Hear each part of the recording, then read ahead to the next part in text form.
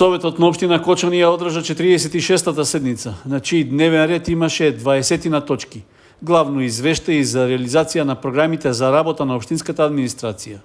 Сепак, најголемо внимание имаше за извештајот за работа во првите 3 месеци од оваа година, како и за финансискиот извештај и завршната сметка за минатата година на комуналното предпријатие Водовод.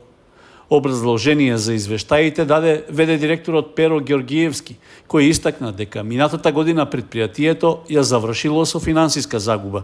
Значи секторот водовод и канализација има остварено загуба од 17 милиона 850 796 денара, секторот геотерма од 3 милиона 182 денара 992, секторот комунална хигиена има добивка од 7 милиона 203 293, секторот градско зеленило и гробишта има загуба од 5 милиона 62 799 денари.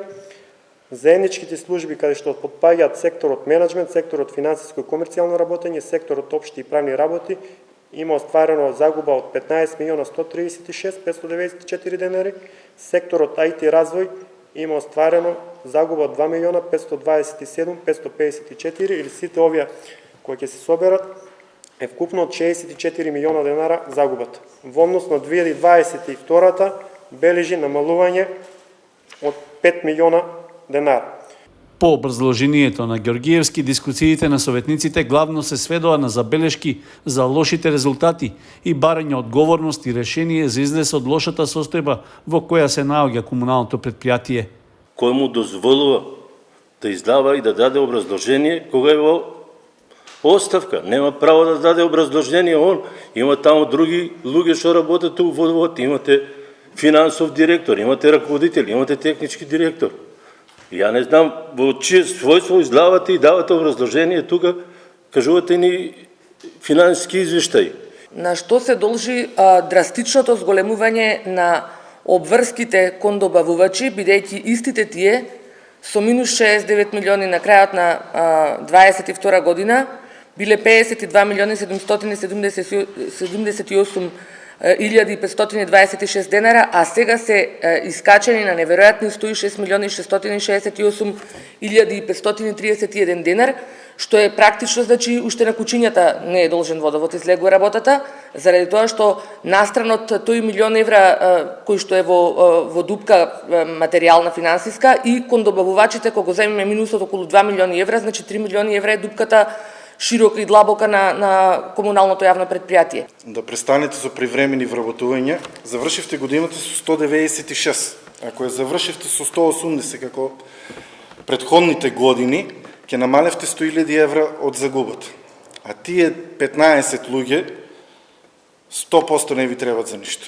Сакам да прашам на што се должи толкавата запоставеност во делот на градското зеленило, затоа што сите сме сведоци дека низ историјата толку запоставено никогаш не е било, иако многу од граѓаните реагираат со слики и упатуваат апели до вас, гледаме дека нема подобрување на состојбата.